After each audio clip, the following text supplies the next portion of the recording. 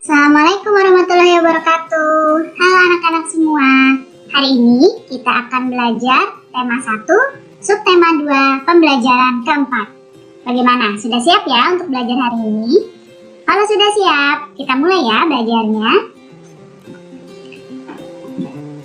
Nah, tahukah kalian penampakan alam di Indonesia itu tuh merupakan salah satu yang terlengkap di dunia. Di Indonesia itu punya laut, punya pantai, dataran rendah, lembah subur, sungai, danau, bukit, pegunungan, hingga gunung dapat ditemukan di Indonesia. Nah, bentang alam di Indonesia yang sangat bervariasi itu berbeda-beda di tiap wilayahnya. Jadi, masing-masing wilayah itu punya karakteristik yang berbeda-beda. Sekarang yuk kita kenali Indonesia lebih dekat. Kita mulai dari Pulau Sumatera. Nah, di sini di Pulau Sumatera ada apa saja ya? Ada Gunung Leser. Kemudian ada Gunung Kerinci. Ada Lembah Harau. Kemudian sungainya ada Sungai Musi, ada Sungai Batanghari, ada Sungai Asahan, dan ada Pantai Tanjung Tinggi. Nah, yang ibu sebutkan tadi ini baru beberapa, sebenarnya masih banyak lagi yang lain yang ada di Pulau Sumatera. Ini beberapa contohnya. Kemudian di Pulau Jawa. Nah, beberapa bentang alam yang ada di Pulau Jawa. Ada Gunung Slamet, ada Gunung Merapi, ada Gunung Semeru, kemudian ada Lembah Panyawean, ada Pantai Pangandaran, ada Sungai Bengawan Solo, dan ada Sungai Citarum. Dan masih banyak lagi yang lainnya. Kemudian di Pulau Kalimantan, beberapa bentang alamnya diantaranya ada Gunung Bukit Raya, Bukit Kelam, kemudian Pantai Derawan, Sungai Kapuas, dan di Kalimantan ini hampir sebagian besar wilayahnya itu merupakan hutan hujan tropis. Jadi ya, banyak sekali hutan yang luas di Pulau Kalimantan. Selanjutnya, Pulau Sulawesi. Di Pulau Sulawesi, bentang alamnya salah satunya ada Gunungan Timojong, ada Gunung Lokon, sungainya ada Sungai Malili, kemudian Sungai Poso, ada Pantai Losari, dan ada Lembah Rama, dan masih banyak lagi yang lainnya. Bentang alam yang ada di Pulau Bali dan Nusa Tenggara. Ada Gunung Agung, ada Gunung Batur, Gunung Rinjani. Nah, Gunung Agung sama Gunung Batur ini adanya di Bali. Gunung Rinjani ini adanya di Nusa Tenggara. Ada Pantai Lombok, Pantai Nusa Penida, dan ada Sungai Badung. Pantai Lombok adanya di Nusa Tenggara. Pantai Nusa Penida di Bali, Sungai Badung ada di Bali. Yang selanjutnya Pulau Papua. Nah, di Pulau Papua ada Pantai Raja Ampat. Ini terkenal ya. Kemudian ada Lembah Baliem. Ada Gunung Jayawijaya. Nah, ini adalah gunung satu-satunya gunung di Indonesia yang ada lapisan salju di puncaknya. Nih, cuma satu-satunya di Indonesia yang punya salju di puncaknya. Gunung yang lain tidak ada. Ada Sungai Baliem, kemudian ada juga Sungai Digul. Nah, itu tadi beberapa contoh bentang alam yang ada di tiap-tiap pulau yang ada di Indonesia. Nah, Indonesia kalau secara astronomis itu berada di daerah tropis. Lihat di sini yang ditandai dengan warna abu-abu ini yang tropis. Lihat yang dilingkari merah ini adalah Indonesia. Ya, jadi Indonesia itu berada di wilayah beriklim tropis. Nah,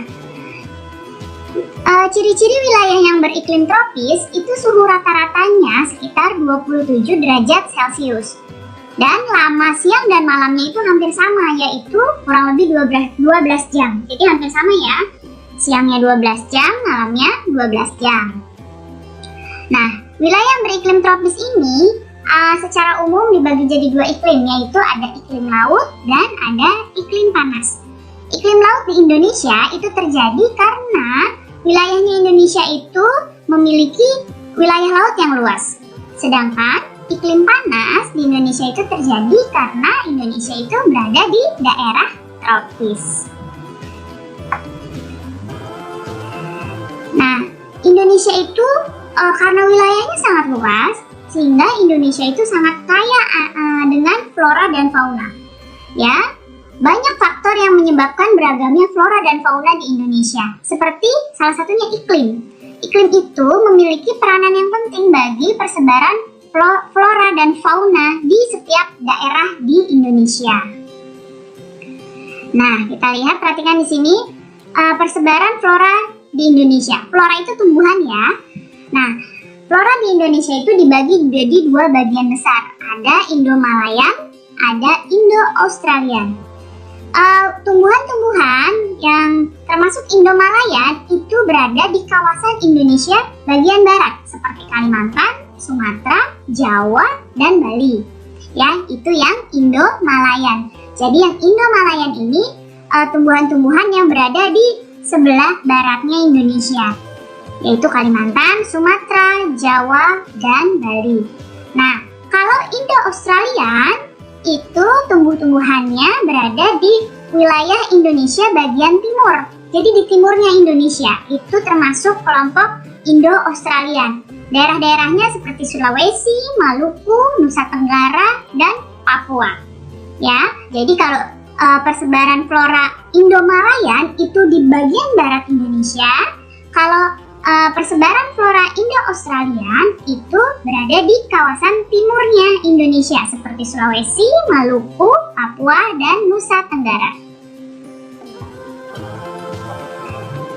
Sekarang kelompok fauna di Indonesia. Tadi kalau flora itu tumbuhan, kalau fauna itu adalah hewan.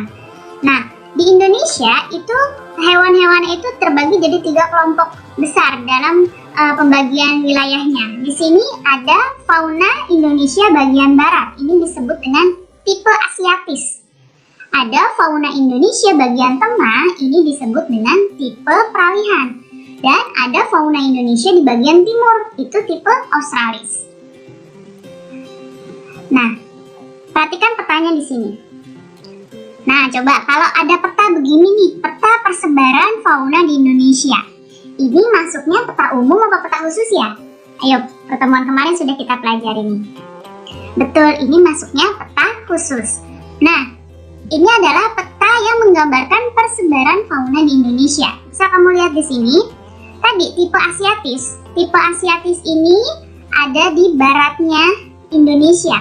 Ya, di wilayah Kalimantan, Bali, Jawa, dan Sumatera. Itu tipe Asiatis. Nah, di sini tipe Asiatis ini ada harimau, contoh hewannya ya. Ada orang utan. Orang utan ini ada di Sumatera dan ada di Kalimantan. Harimau ini ada di Sumatera. Kemudian ada badak. Badak ini ada di Jawa ya. Kemudian ada juga gajah. Gajah ini banyaknya di Sumatera. Nah, ada tipe Peralihan. Ini wilayahnya Sulawesi dan Nusa Tenggara. Ini fauna-fauna tipe Peralihan. Contohnya ada anoa. Anoa itu asli dari Sulawesi. Kemudian komodo. Nah, di komodo ada di Nusa Tenggara. Di sini komodo. Nah, di komodo ini kemudian ada babi rusa. Komodo ini merupakan hewan endemik, jadi hewan yang cuma ada di Pulau Komodo. Ya, jadi komodo itu cuma satu-satunya ada di daerah situ aja, nggak ada di wilayah lain di dunia. Cuma ada di Nusa Tenggara, yaitu di Pulau Komodo. Nah, kemudian ada fauna tipe Australis. Tipe Australis itu ada di timurnya Indonesia nih, di sini, yaitu wilayah Maluku dan Papua. Contohnya ya, ada burung cendrawasih. Ini burungnya indah sekali, burung cendrawasih. Dan ada juga burung kasuari. Jadi ini persebaran fauna di Indonesia. Jadi iklim, penampakan alam, serta kekayaan flora dan fauna yang dimiliki Indonesia itu harus kita manfaatkan secara bertanggung jawab. Kita harus mengembangkan sikap dan perilaku yang baik sesuai dengan Pancasila dalam memanfaatkan potensi kekayaan alam di Indonesia, maupun ketika saat kita melakukan interaksi dan sosialisasi dengan sesama manusia. Nah, nilai-nilai luhur Pancasila ada apa saja? Perhatikan di sini, sila ke-1 itu berisi tentang hubungan masyarakat Indonesia dengan Tuhan Yang Maha Esa. Jadi Indonesia ini adalah negara yang berketuhanan.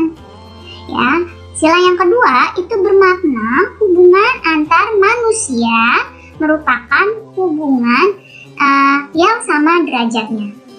Kemudian yang ketiga, memiliki nilai kebangsaan dalam masyarakat Indonesia yang bersatu. Itu isi dari nilai luhur dari sila ketiga. Jadi Indonesia itu harus selalu bersatu. Sila yang keempat itu mendorong tercapainya persatuan dengan musyawarah dalam menyelesaikan berbagai permasalahan. Dan sila yang kelima bermakna bahwa setiap warga itu perlu berupaya mewujudkan keadilan sosial dalam kehidupan bermasyarakat. Baik, cukup sekian ya penjelasan Ibu kali ini. Mudah-mudahan kalian dapat paham dan mengerti. Sampai bertemu lagi anak-anak semua. Wassalamualaikum warahmatullahi wabarakatuh.